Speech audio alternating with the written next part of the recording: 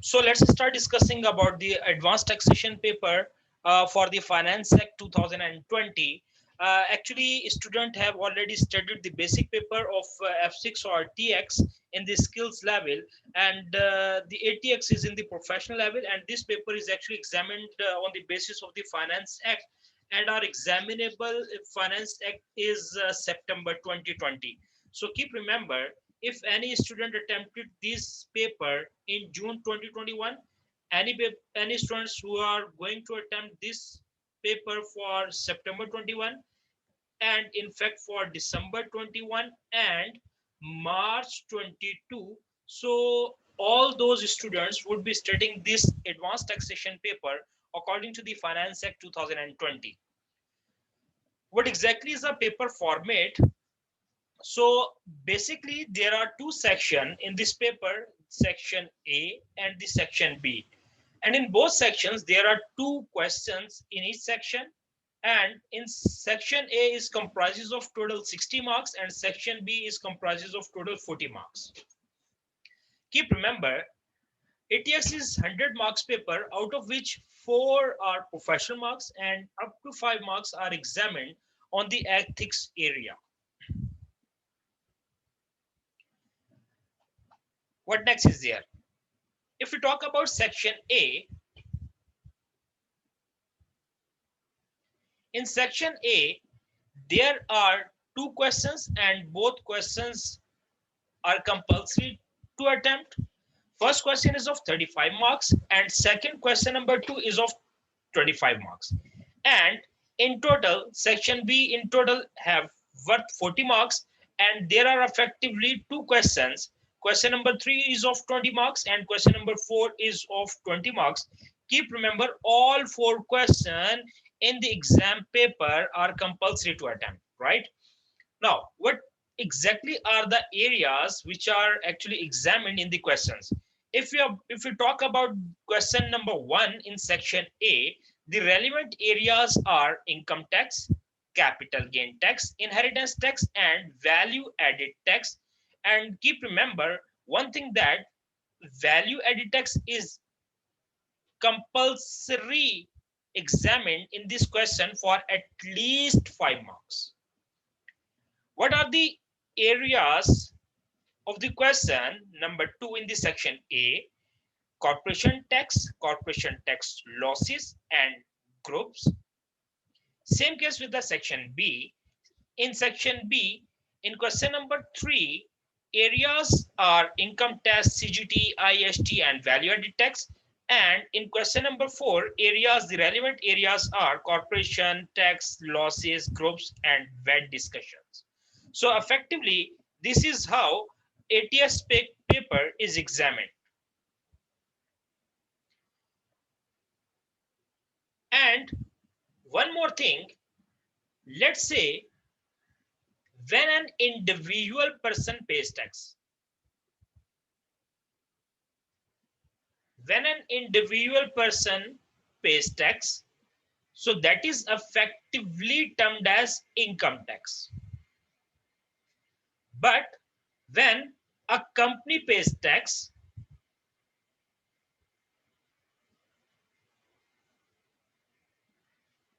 so that is termed as the corporation tax. And importantly, for studying this income tax area, you are required to follow the fiscal year. And our examinable fiscal year, as you guys are going to take this ATX paper in September or December or March 22. So you guys would be studying this income tax area according to the fiscal year 2021. And this fiscal year 2021 effectively starts on 6th April 2020 and ends on 5th April 2021. So it means when you will be calculating the taxes and all that for an individual person, so you would be performing all the calculation according to the fiscal year 2021, and the relevant dates for this fiscal year is fiscal year 2021 starts on 6 April 20 and ends on 5th April 2021. So this is how this paper is examined. And if you guys have any query regarding any of the things in this slide, you may please ask. If you guys are clear, we can move forward. All right. So keep remember, if you want to pass your ATX paper, 65 to 70% of the knowledge is required which you gain at TX level in the skills module, and you should know 20 to 25% area regarding the financial management knowledge. Let me clear you one thing, that it's not financial management like you study in F9 or AFM. It's actually the decision making strategies which are required to deal in the taxation.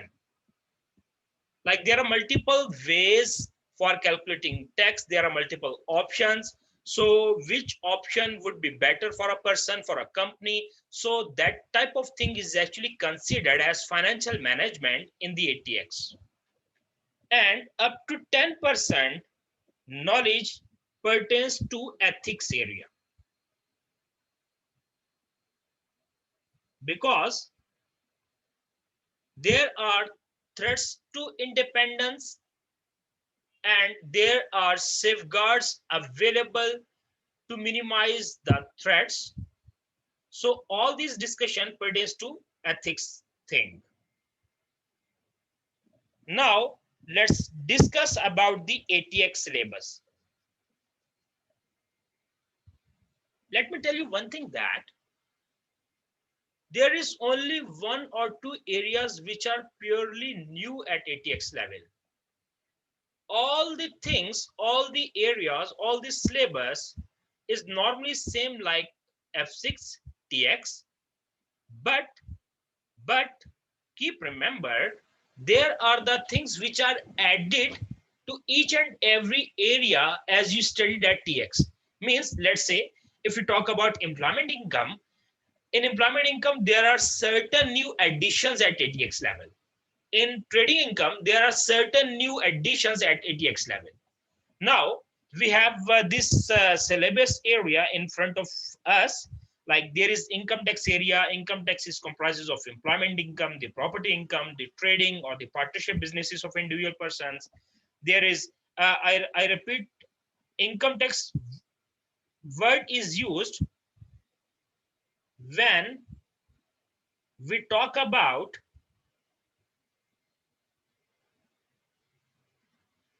the taxation of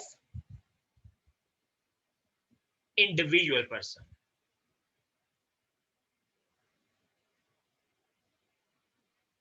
So effectively, in below list, we have multiple sources of income which pertains to an individual person. Like an individual person earns employment income, property income by letting out the properties, land and buildings, trading income, and gets income from partnership businesses, as well as interest income, dividend, and pension. There are certain other areas for individual person taxation in the income tax, which are NIC's discussion, national insurance contributions, then payment pensions, losses, self-assessment. Self-assessment means when an individual person is required to submit the tax return, when an individual person is required to submit the tax liability, and what are the relevant dates for making any claims, etc., etc. All these things are to be discussed in self-assessment. And in income tax there is another area, that is tax efficient investment. Furthermore, at ATX we have to study about the capital gains tax, the inheritance tax, and overseas aspects of taxes, stamp duties and taxes, corporation tax, and value added tax.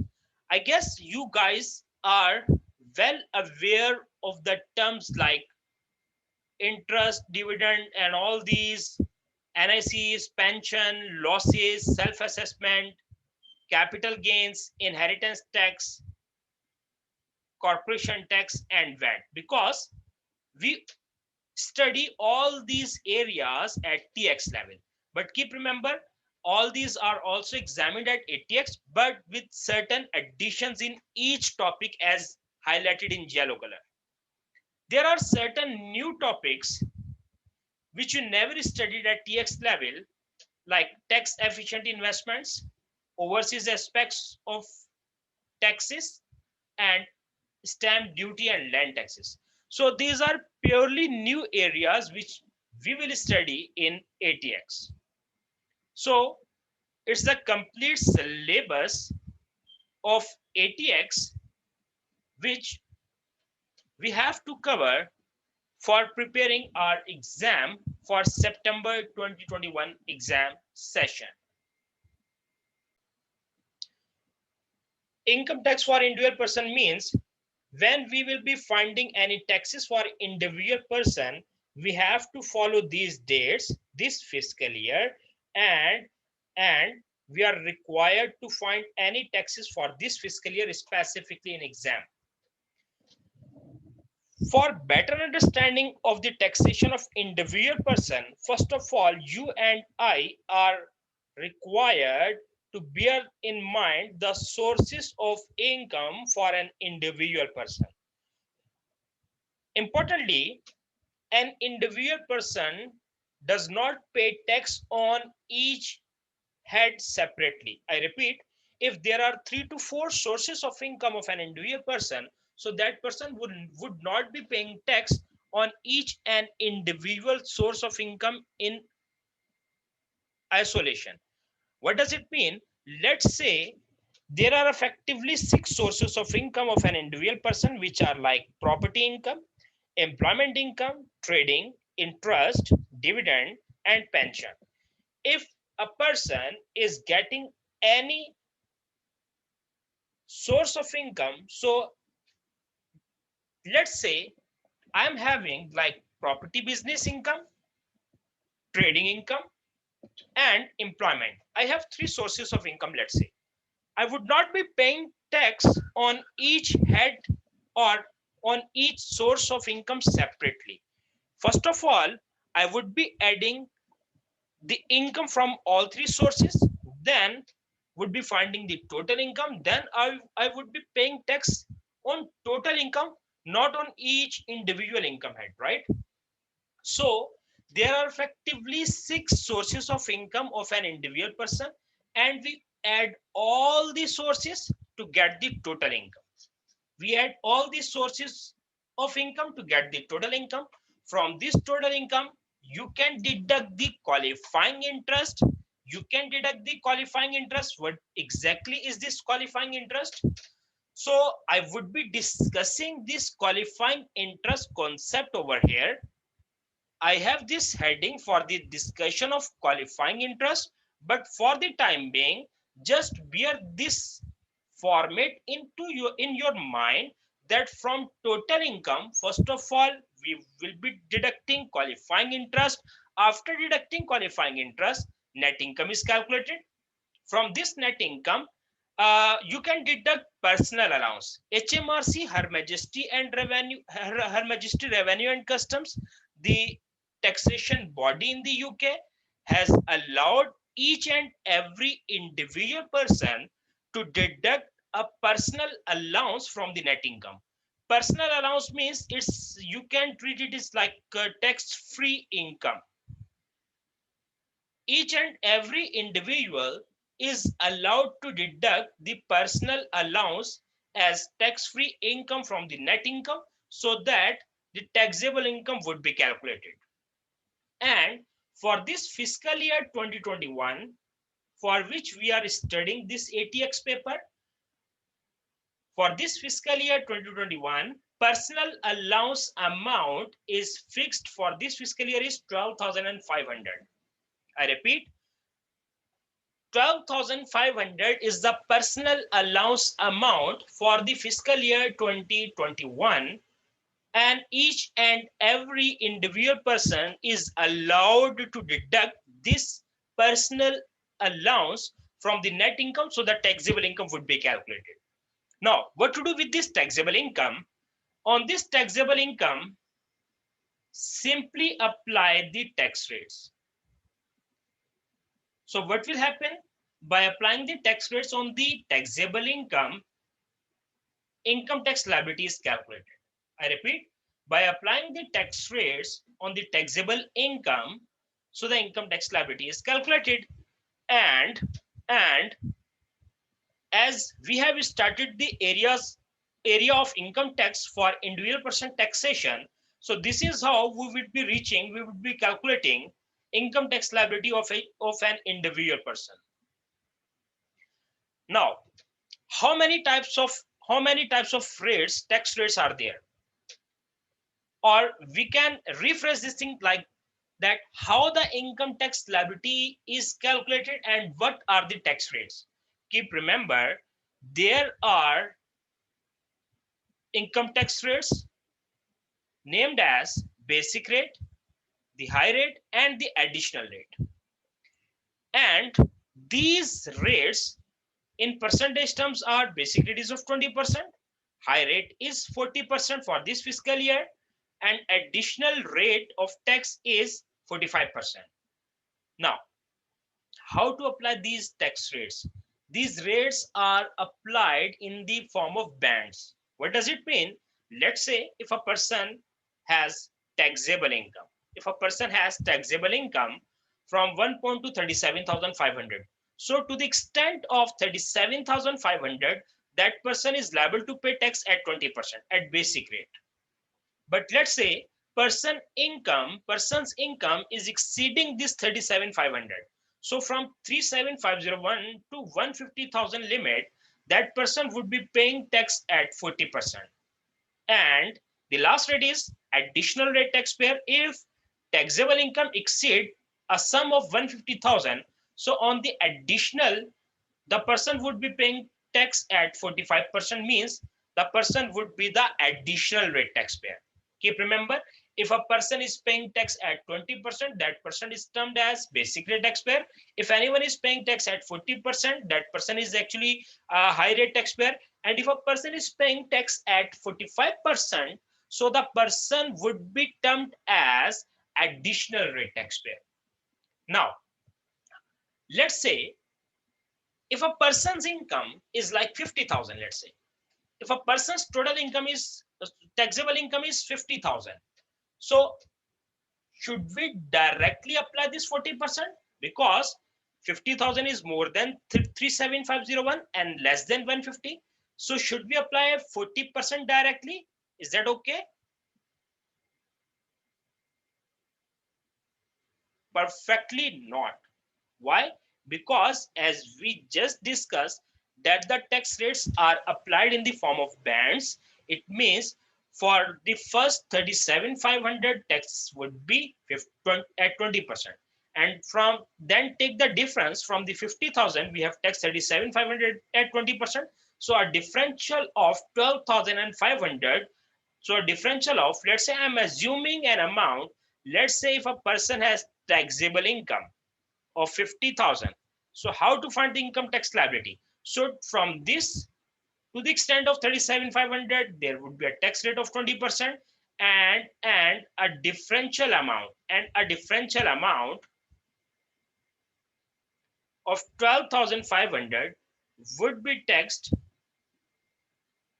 at 40%. So this is how we would be applying the tax rates according to the band limits.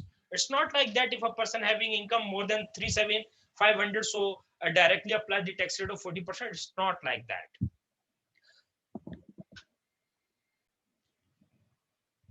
We have few examples for the understanding that how to find taxable income,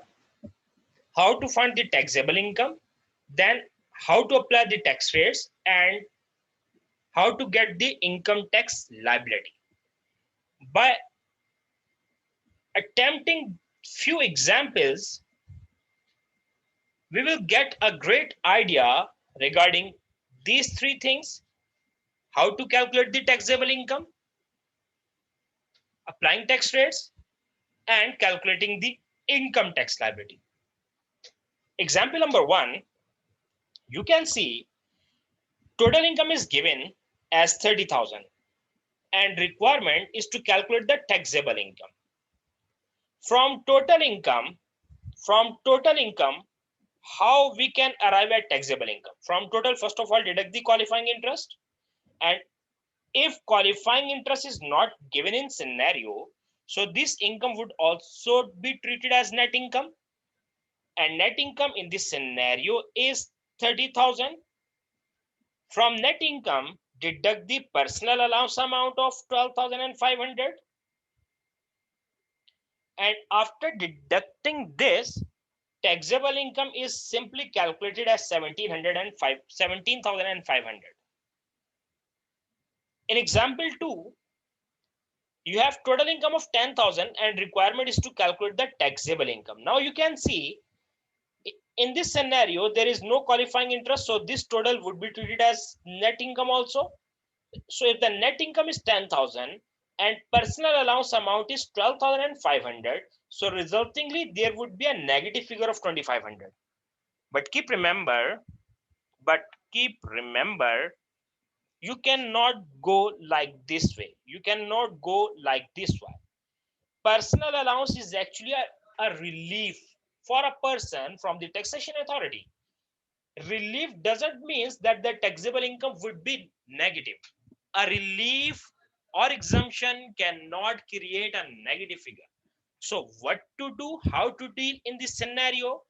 So if total income or net income is 10,000 and you can take maximum personal allowance to the extent of the same value, so your taxable income would be nil, not be a negative figure. When you are reducing the amount of personal allowance, you have to mention in exam scenario that it's a restricted personal allowance. I repeat, when you are reducing the personal allowance or any relief amount, so then you have to write that it's a restricted personal allowance amount. So we can write a note over here. Personal allowance can reduce taxable income to nil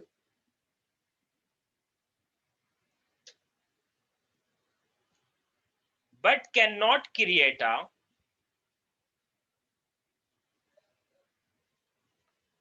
negative figure. So this is very important to understand. You would be having this scenario in different exam questions and indicate questions as well. So quickly try to attempt this example number 3. So what we did actually, from the total income, we deducted the in absence of qualifying interest, this total would be treated as net. From the net income, we deducted the personal allowance amount of 12,500. Resultingly, we ended up with a figure of 22,500 as taxable income. Then for finding income tax liability, we mark the first band rate limit, and first band limit is from 0.1 to 37,500. Rate of tax would be 20%. Then we check this thing that this taxable income is falling in this band rate, so rate of tax would be 20%. Resultingly, we ended up with the liability of 4,500. In example 4, yes, I would be explaining the things regarding qualifying interest, that what exactly is this qualifying interest, which is to be deducted from the total income to get the net income. So I would be discussing qualifying interest a bit later after attempting examples, right? Don't worry for that. Now, quickly attempt this example number 4. Yeah, I got your answers. A few of them are perfectly fine. One or two are wrong. So what's there in this example 4? All right. So firstly, this thing is important. In last examples, we had total income. In example 2, we had total income. But in example 4, we have directly given taxable income. So if taxable income is directly given in question, so you are not required to deduct any personal allowance. This income to be written over here, 57850 is your taxable income. Now, the first band limit is 37,500. You can see this 57,850 is more than this first band limits. So to the extent of 37,500, rate of tax would be 20%. Resultingly, 7,500 is calculated. Now, from the total taxable income of 57,850, if we deduct 37,500 and the differential amount is 20,350, on this amount rate is applied at 40% because the person is a high rate taxpayer. So on the differential figure, we just applied high rate, that is 40%, and calculated 8140. If we add both figures, so the total income tax liability is 15640. If you want to recheck, you can add both figures and the sum should be equal to 57850. So now try to attempt this example number and 5. Total income of 112,000 is given and requirement is to calculate the income tax liability. If total income of 112,000 is given after deducting personal allowance in the absence of qualifying interest, so this would be your net income after deducting qualifying personal allowance from the net income. Resultingly, we ended up with a figure of that is 99,500 as taxable income. How to apply the band rates? Again, the same theme. To the extent of the first band, 37,500 is taxed at basic rate 20%, 7,500 is calculated. Now you can see total taxable income is 99,500, of which 37,500 taxed at basic rate. So a differential of 62,000 is to be multiplied with the high rate, that is 40%, and 24,800 is calculated. And if we add both figures, total income tax liability would be 32300, I guess. Please make me correct if I am wrong. I guess total income tax liability in this scenario is 32,200. If you want to confirm that this 99,500 is exactly tax, so you can add these two figures. If the sum is 99,500, so it means you performed correctly.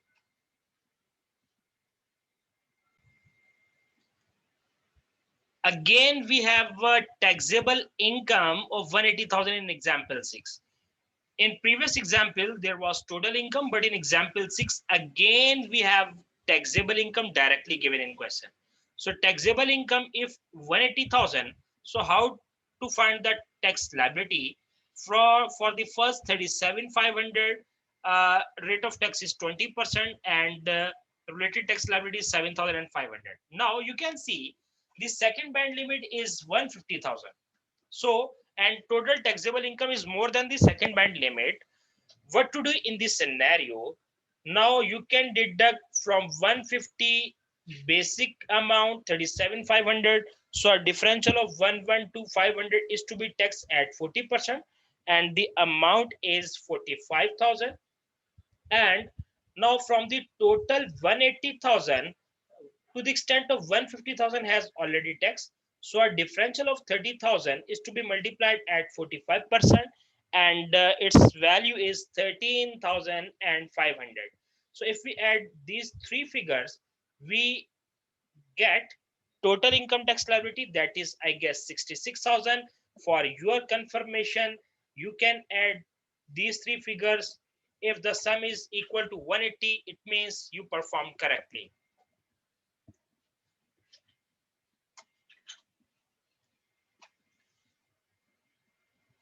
Any questions still yet? Any confusions? Any questions, please? Keep remember, this session should not be like a one-way traffic. It should be like a two-way traffic. It's not like that I'm teaching, I'm telling, I'm actually telling you the things and you are just listening. It's not like that. If you have any queries, you may please ask, and your active responses would highly be appreciated. So these are the band rates which are to be followed for the calculations of income tax liabilities. Now let's try to attempt example number 7. In example 7, we have a total income of 165,000.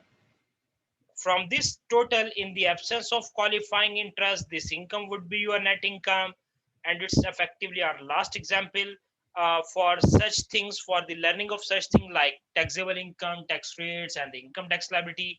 Example 7 is the last example, and after deducting personal allowance of 12,500, and taxable income in this scenario is 152,500. It's 152,500. Now the same theme for the first 37,500, 37,500 is to be multiplied at the basic rate. 7,500 is calculated. Now you can see taxable income is more than the second band limit of 150,000. So what to do now? Take the difference from 150,000. You have actually taxed a value of 37,500. So a differential of 112,500 is to be multiplied with the high rate, that is 40%, and 45,000 is calculated. Now take the whole figure of 152,500, of which 150,000 has already taxed. So a differential of 2,500 is to be taxed at the additional rate of 45%, and we get 1125. And by adding these three figures, total income tax liability, I have got many answers, and answers of majority students are correct. Yes, the total income tax liability is 53625. Lastly, for your confirmation, as you just calculated the tax liability, if the sum of these three figures is equal to 152,500, it means you calculated the income tax liability perfectly. As we always marked that from total income deduct the qualifying interest, and in and from example 1 to example 7, nowhere qualifying interest was given, so we treated total income as net income. Now I'm going to discuss that what exactly do mean by this qualifying interest. We have a few points in front of us. First of all, you are requested to go through these points, then I will start discussion. So what is the meaning of qualifying interest? We all know that interest is actually calculated on the amount of loan. So there is a there are specific types of loan on which the interest, when calculated and paid, that interest is termed as qualifying interest. I repeat, there are certain specific types of loan. On such loan, whenever interest is calculated or paid, the interest would be termed as the qualifying interest. So let's try to understand the concept. Qualifying interest is an interest paid on loan, and that loan is actually taken out due to any of the following reasons. So there are specifically 5 types of loan when acquired, and whenever the interest would be paid, the interest would be termed as qualifying interest, and that qualifying interest is actually deducted from the income sheet of the person. What is the income sheet? The format we discussed over here, this is actually termed as the income sheet or income sheet pro forma of an individual person. What are those types of loan? Loan taken out to pay the inheritance tax. Let's say there is a concept of inheritance tax at the time of death of a person. The estate of the person is transferred to beneficiaries as per the will. So if there is a shortage of cash, there are no funds for paying tax liability calculated at time of death, and that tax is actually termed as inheritance tax. So for the payment of inheritance tax, if we acquire loan, on such loan, the interest is calculated. So the interest would be termed as the qualifying interest. Number two, loan taken out to purchase the asset to be used in employment. Let's take an example. You go to a Pizza Hut and you ask them for a job, and let's say they offer you a job of pizza delivery boy, and they ask that whether you have a motorcycle. You say no. They require you that we will give you employment when you have your own motorcycle. Now, what you need, you actually need a motorcycle, and let's say for buying a motorcycle, you are taking the loan, and by taking loan, you will be buying the asset, and that asset will be used in your employment. So whenever any asset is purchased by acquired loan, and that asset is to be used in the employment purposes, on such loan, when the interest is calculated, that is qualifying interest. Number third, loan taken out due to purchase the share of partnership. Let's take an example again. For this scenario, you want to invest in a partnership business, but you have shortage of funds for buying the share of partnership, for making the investment in a partnership business. You are actually, let's say you are actually acquiring a loan, and that loan is acquired for the investment in partnership business.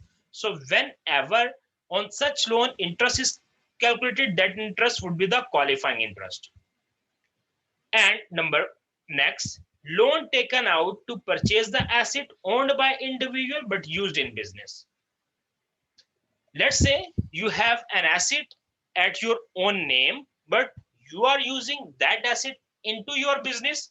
So it means, let's say that asset is purchased by acquired after acquiring a loan. So on such loan, the asset would be the qualifying interest.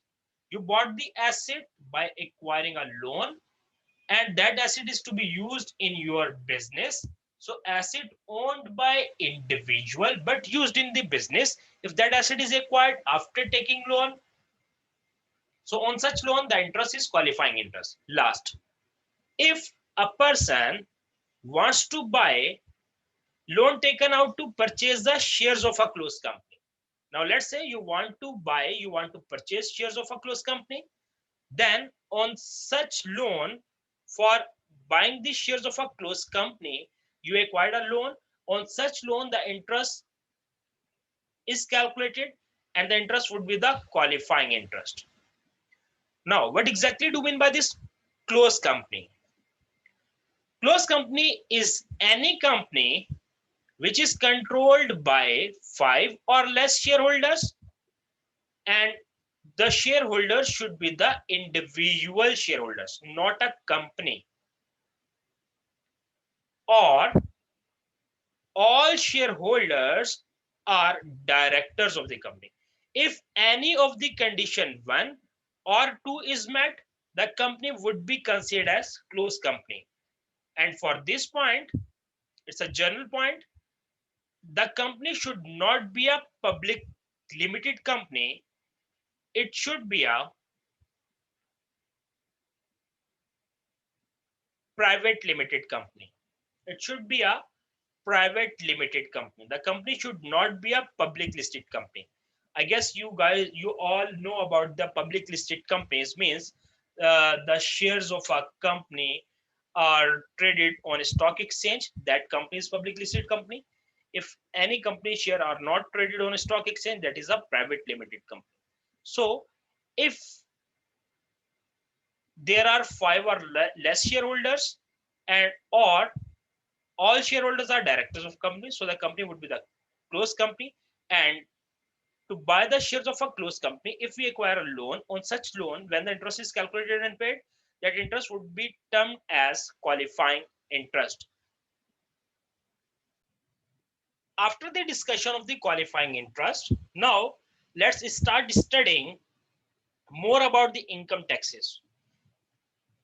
For income taxes, for the taxation of individual person, first of all, we learned this thing that there are actually 6 sources of income of an individual person. Means individual person gets income from different sources, and effectively there are 6 sources.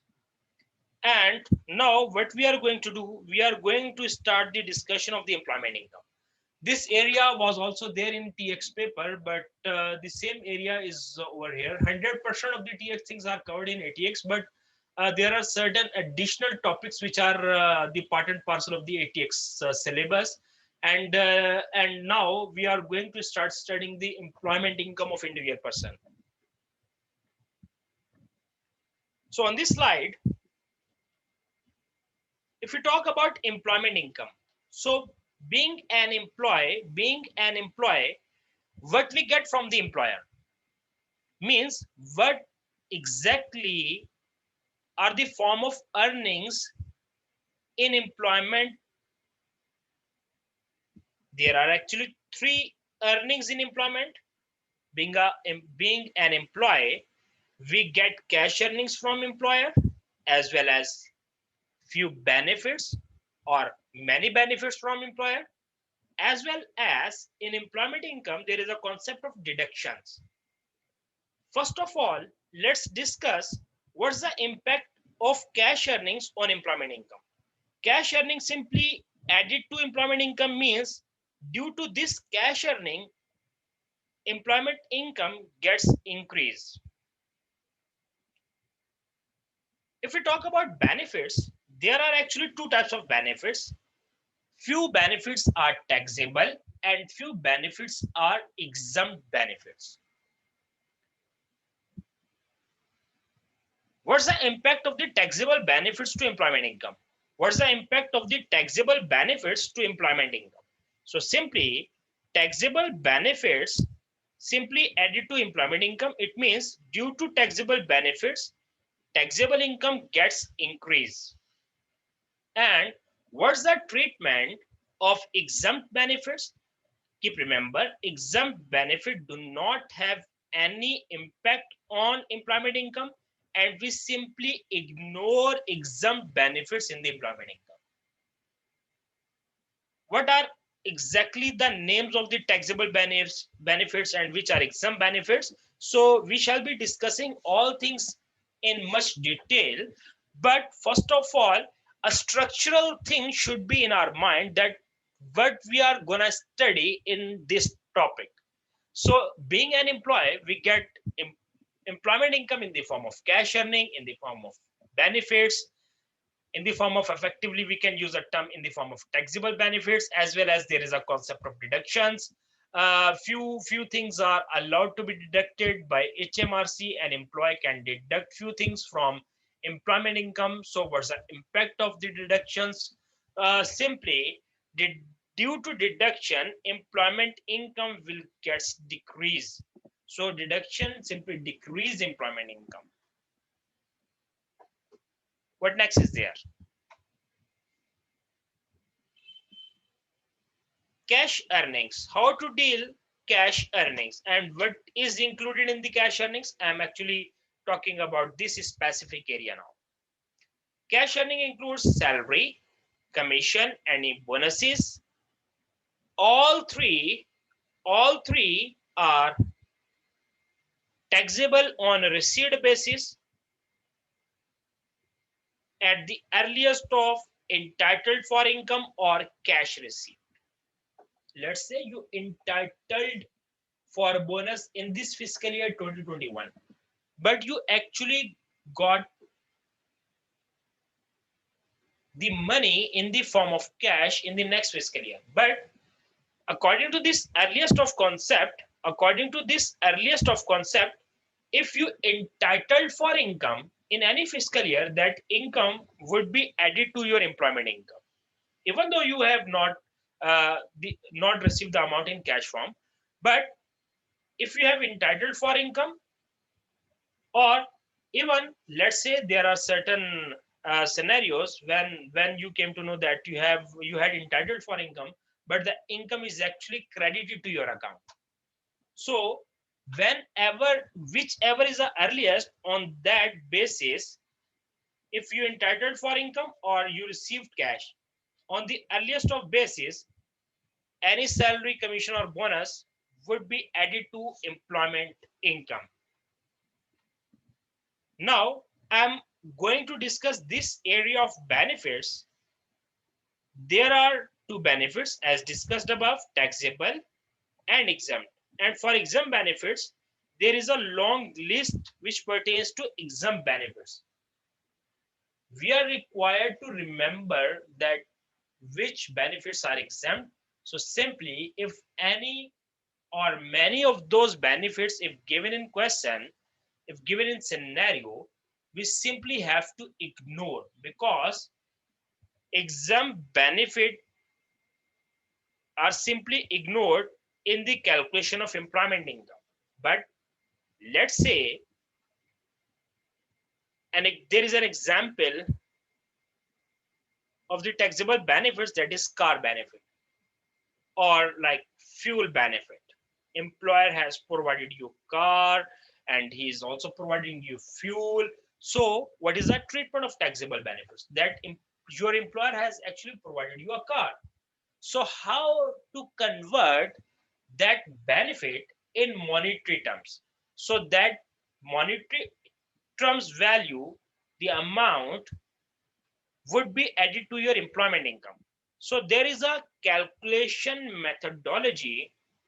There is a calculation methodology for calculating the amount under each taxable benefit. I repeat, there is a calculation methodology, like for calculating car benefit, there is a calculation methodology, specific formula for calculating the fuel benefit, both are taxable, and there are many other taxable benefits are there in the employment income. For calculating each and every taxable benefit, normally we have to perform a specific calculation, so the benefit would be converted into monetary value, and that taxable value would be added to your employment income. And there are certain deductions. Now I'm actually discussing this area over here. There are certain deductions available.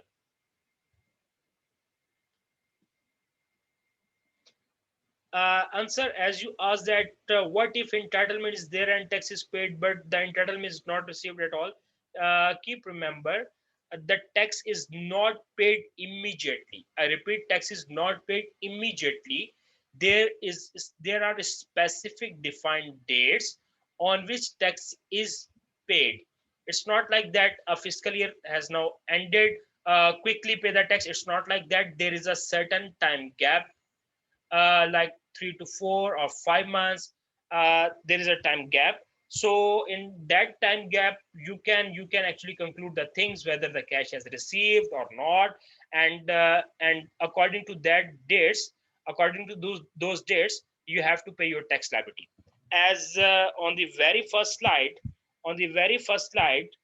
we also mark this area that at ATX level we have self-assessment thing.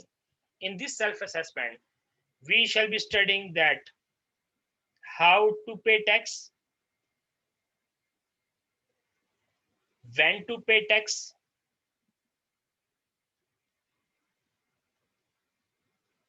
any dates for claiming reliefs, etc., etc.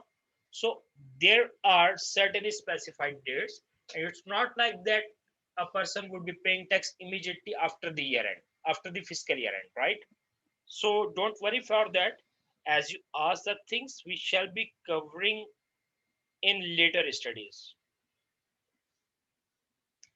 And with respect to, you are welcome always. And with respect to deductions, only those deductions are allowed which the HMRC has listed. I repeat, only those deductions are allowed which the HMRC has listed. I can give you an example.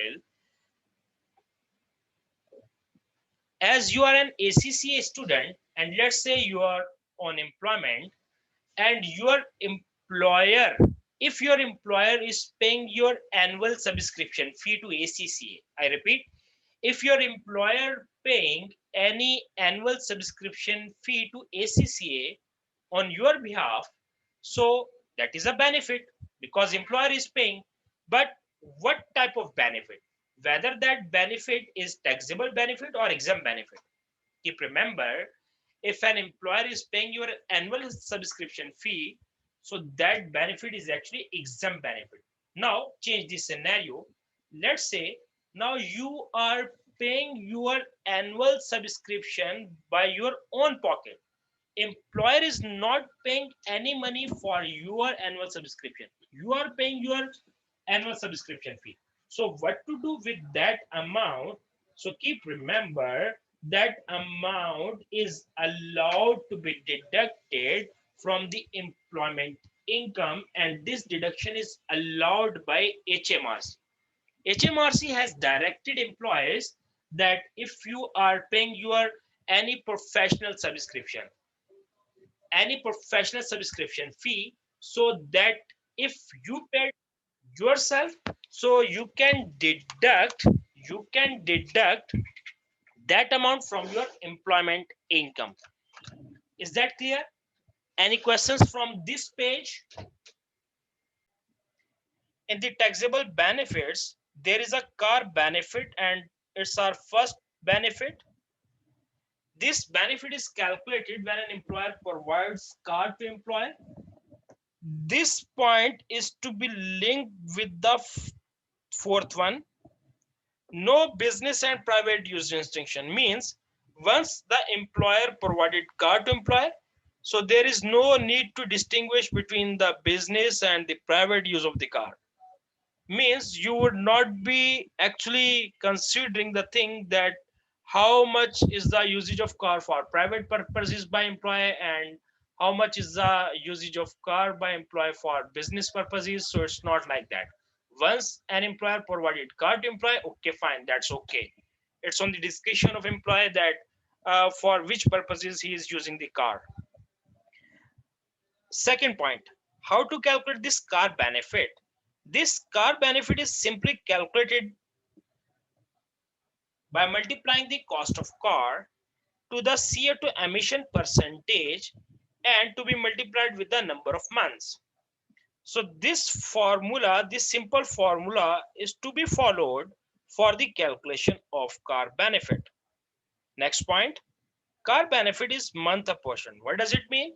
Let's say like fiscal year 2021 starts on 6 April 20 and ends on 5th April 2020. Let's say an employee is provided car in December 20. So what is the car benefit? From December 20, Jan 21, Feb 21, March 21. Do not consider 4 days of April. So effectively December, Jan, Feb, March, there are effectively 4 months. So it means we should be multiplying over here like 4 upon 12. So this car benefit is to be month apportioned. Last point, employees reimbursements against the use of car are allowed to be deducted from the car benefit if the employee reimbursed employer against the use of car. And important point over here is employee can reimburse full amount against car benefit or a partial amount is also allowed. Let's say car benefit is calculated as 1200 by multiplying this thing by using this formula. Let's say car benefit calculated as 1200, employer reimburse whole amount of 1200, so the car benefit would be nil in this scenario. Again, let's say by multiplying by using this formula, car benefit is calculated as 1200. Over here in scenario 1, employer reimburse full amount against the use of car. full amount as per the calculation, as per the car benefit calculated using the above formula. In scenario 2, let's say car benefit is same 1200. Now let's say employer reimbursed only 500. So that reimbursement is actually the partial reimbursement that is also allowed to be deducted. And resultingly, in this scenario, car benefit would be considered as 700. Whatever is the scenario, these benefits would be added to employment income. Why? Because we have discussed that taxable benefits should be added to employment income, and employment income gets increased due to taxable benefits. Any questions? Please, if you have any query in your mind, you may please ask. All right. So considering first class, I'm not stretching it too much. I'm actually going to conclude today's session. If you have any specific queries from the start of the session till now, you may please ask. And if you don't have any queries, if you are okay with the things, so we can conclude this session, and we shall be continuing this topic of employment income in the next class.